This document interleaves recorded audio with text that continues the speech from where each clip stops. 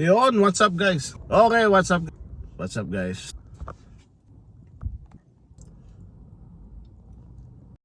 What's up guys? Nandito tayo ngayon sa... Saan nga ba? Nandito tayo ngayon sa ano ba tawag doon? Sa pakalbuhan ng aso. Sa ano, nagugupit. Diyan sila Sheldon sa Sisno. So yun, nandito tayo sa grooming. Papagroom si papakalbo. Bagay kakalbo, hindi makalbong-kalbo eh. Papagroom yung dalawang aso guys. Yan ang ganda ng panahon, di ba? Papagroom yung aso, si Snow sa si Sheldon guys. Kasi medyo mahaba na yung kanilang mga buhok. Lalo na si Sheldon.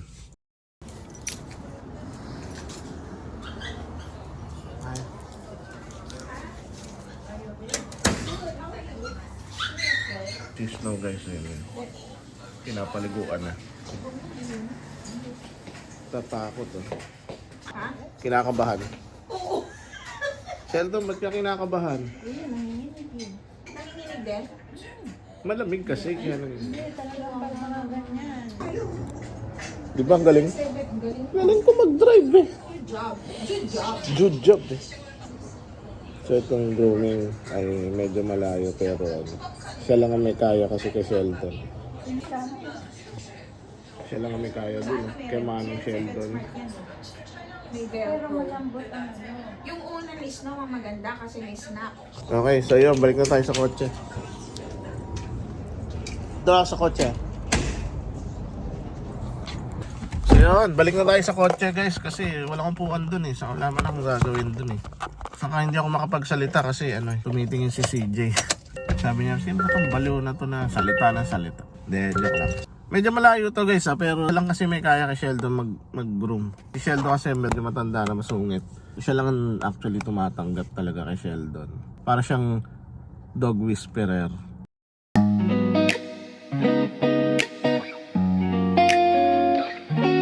Okay, what's up sa inyo? Hindi pa tapos sila Sheldon.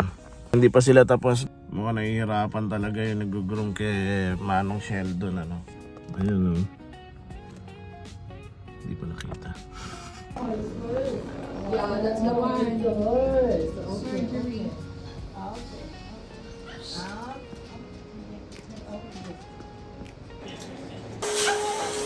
Kamusta? Dad? Okay guys, tapos na sila. Ayan, nakita nyo naman. Nahirapan din pati kay Snow. Tapos na. Look at Snowy's ear. So clean. So clean. So good. Saan si Manong? Hindi pa lumalabas guys eh. Tayo natin si Manong. Kaya si Snow tapos na. Good job oh. Very good job. Susuklay nito ha? Suklay, araw-araw. May araw-araw ha. Ano Snowy? Snowy, kamusta? Snowy, kamusta? Ang bagong gupit. Fresh ba ang pakiramdam? Snow? Fresh ba? Uy, sino yun? Sino yun? Sino yung nakita mo? Bagong gupit pogi oh. Ang ganda pala oh. Tamo, yabang. Yabang oh. Snowy! Snowy.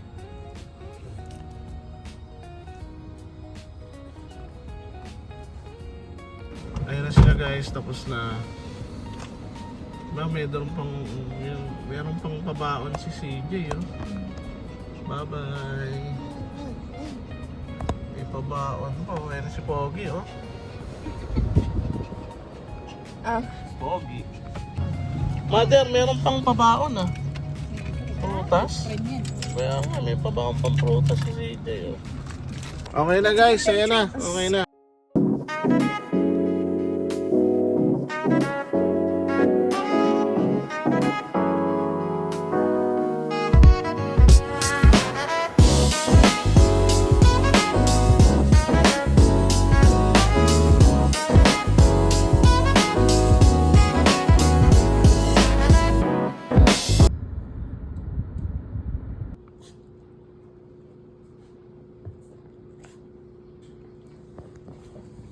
Gusto mo pumanik? Ha? Gusto mo pumanik? Bilis. Balik. Up. Inglesera nga pala to. Up, up. Bilis. Come on. Yes. Yes. Yes, no. Yay! Bagong gupit ah. Yabang ah. So. Pogi ah. Ay, ganda pala ah. Uy, suplado yan eh. Uy. Suplada. Uy.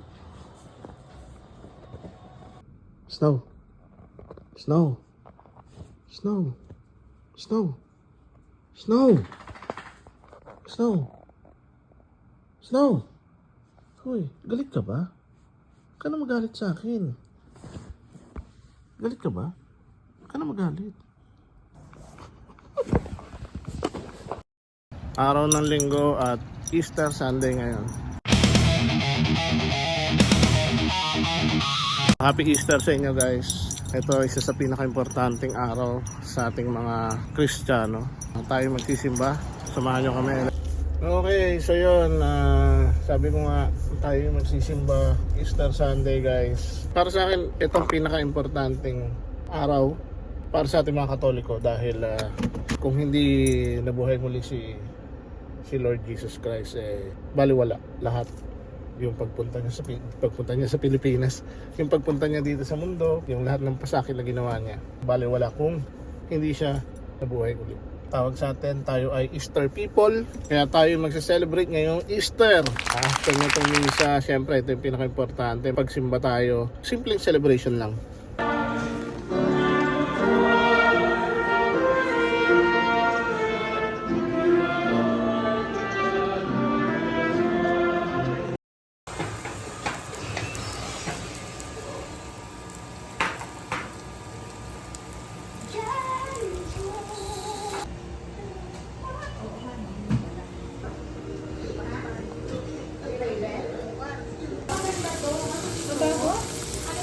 Mukha ako po, sabi niya.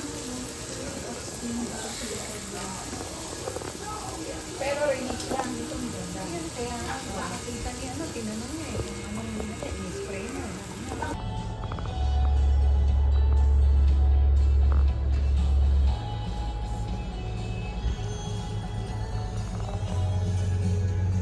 Okay, happy Easter sa inyo guys. Happy Easter sa inyo guys. Happy Easter. Naway pagpalain kayo ng ating pong may kapal. Let's go. The sea is raging, the sun is scorching. Why are you still sleeping? Everybody is now singing. Come and wake up now. It's time to move now. I promise you, you will know.